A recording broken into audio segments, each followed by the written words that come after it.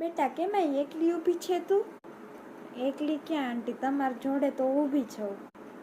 હું ફટફટ જવાબ આપે નહીં આજની છોકરી. મારે એવી જ વહુ જોતી છે.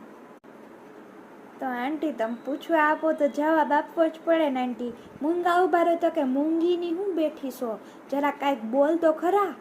એવું કહે બધા આંટી. અત્યારે જમાનો અલગ થઈ ગયો છે ને, પણ તમે ખબર નહીં કયા જમાનામાં જીવો છો. દીપડો તો ફટફટ હાલે છે. હાલ ને વાંધો નહીં, એવી હાલશે. એ બટા તું કેની દીકરી છો? હું મારા મમ્મી પપ્પાની દીકરી. એ તો હું એની જ છું બટા, પણ મારા મમ્મી પપ્પાનું નામ છે હો. તાર મમ્મી પપ્પાનું નામ છે?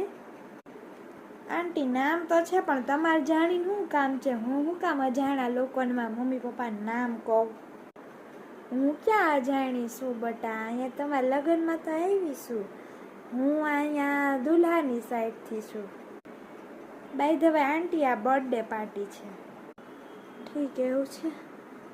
હા, મારે ભૂલવાની બીમારી છે ને, તો હું ભૂલી જાઉં. જો આ બર્થડે પાર્ટી છે. જો સારું થયું બટા યાદ દેવડાવ્યું.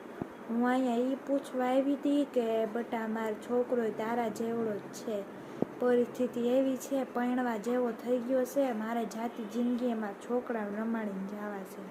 તો બટા તારો શું વિચાર છે લગ્ન વિશે?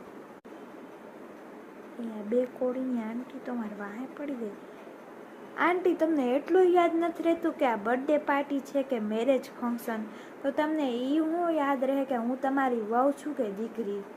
એ મૂકો ને હાલો ને, તમે એ કહો કે આ બર્થડે પાર્ટી કોની છે? એ બટા ઓની ઓલા શાંતાબેન નથી ને, દીકરા ને દીકરીને માસીને છોકરા ને છોકરીની પાર્ટી છે ને. એ આંટી હું એ વિચારું કે તમને હું જ ખુદ ધક્કા મારીને બહાર કાઢું કે સિક્યોરિટીને બોલાવું? એ હાય રે બટા, મોટાને આવું કહીશ. હાલ ને કાંઈ વાંધો નહીં, હું જાઉં.